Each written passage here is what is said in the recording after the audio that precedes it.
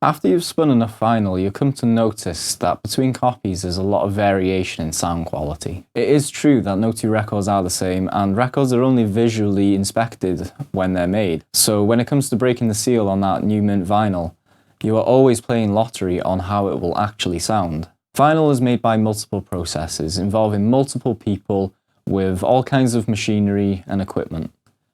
Sometimes vinyl sounds bad because it was recorded badly to begin with, or maybe it was ruined in the mix, or maybe it was ruined later on when it came to be mastered in the post-production chain.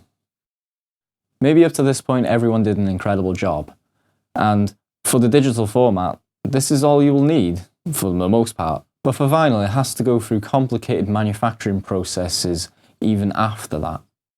When I buy a record, I always try to do some prior research into the general feedback of how a record sounds. For example, when it came to Tame Impala's Currents, it was an album I really wanted, but I was aware that there was some really poor pressings out there. I was checking on Discogs, and from a friend's copy I had heard what that had sounded like, and I was not impressed. Instead of going for a mint copy and taking a big risk on it, I was preferring to actually go secondhand and even spending more for the sake of it, to email someone and ask them for their honest opinion.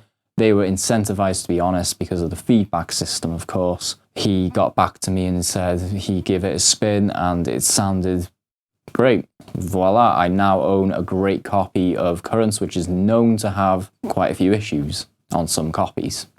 So in my collection are records that I consider to be vinyl worthy.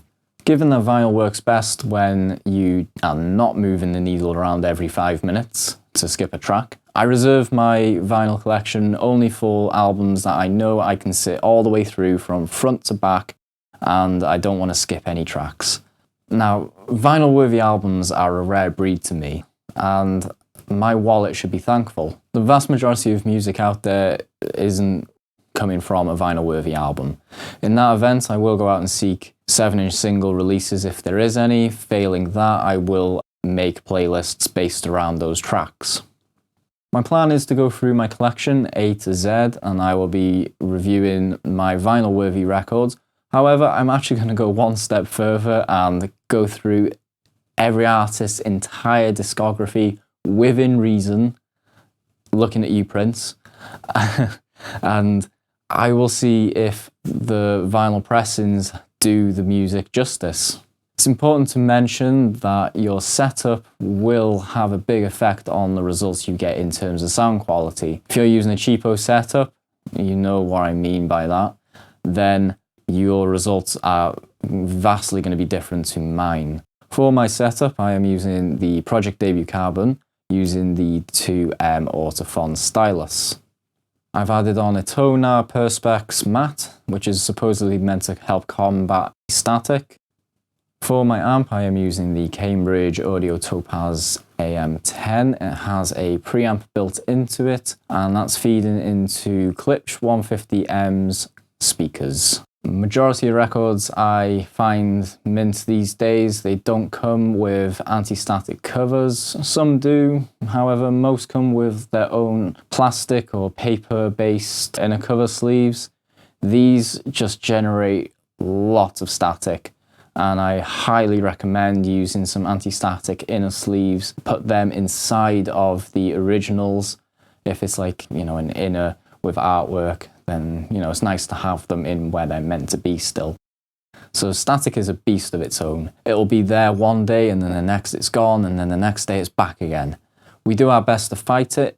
However, what this means is that when it comes to reviewing copies of vinyl, if we're struggling with any static issues, then it's only fair to give it multiple spins across multiple days to see if you can get any different results based around the static that you may be getting on the copy. And having an anti-static brush is a game changer.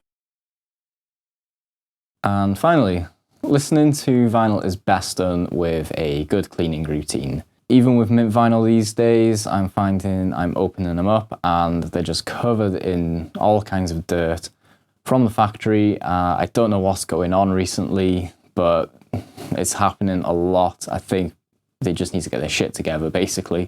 So before spinning a record, I will put it down and give it a brush with the anti-static brush, and then that'll loosen up all of the dirt so that it can be cleaned off using some record cleaner with a microfiber towel. Last but not least is to remember to clean that stylus and replace it when it needs to be replaced. If you're starting to hear any poor sound coming from your records for no apparent reason, then that could be a sign that that stylus needs replacing.